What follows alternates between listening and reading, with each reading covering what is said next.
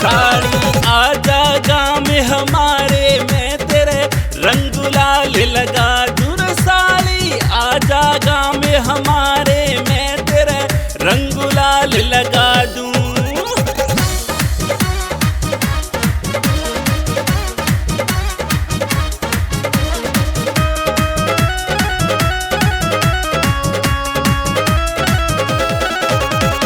रंग बिरंगे रंग महलाया, नई नई पिचकारी लाया। रंग बिरंगे रंग महलाया, नई नई पिचकारी लाया। खेलेंगे चाल चुबारे, मैं तेरे रंग गुलाल लगा दूं रे साड़ी। आजा घेरे हमारे, मैं तेरे रंग गुलाल लगा दूं।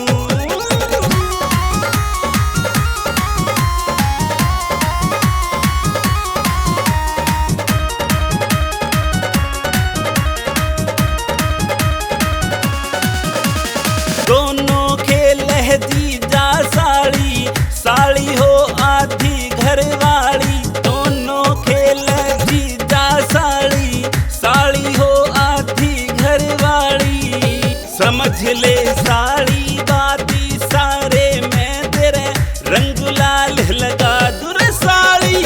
आजा गाँव में हमारे, मैं तेरे रंग गुलाल लगा दूं।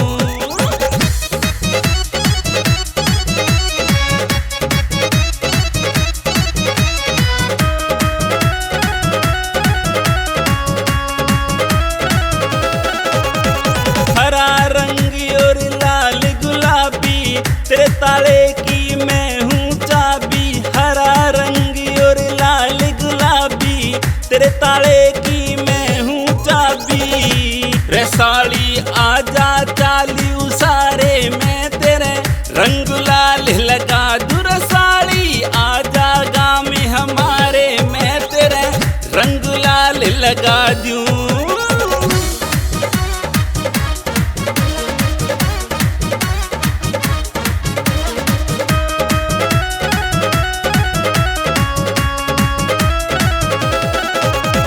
सुमित चौधरी जीजा तेरा, नई नई पिचकारी लेरा। सुमित चौधरी जीजा तेरा, नई नई पिचकारी लेरा।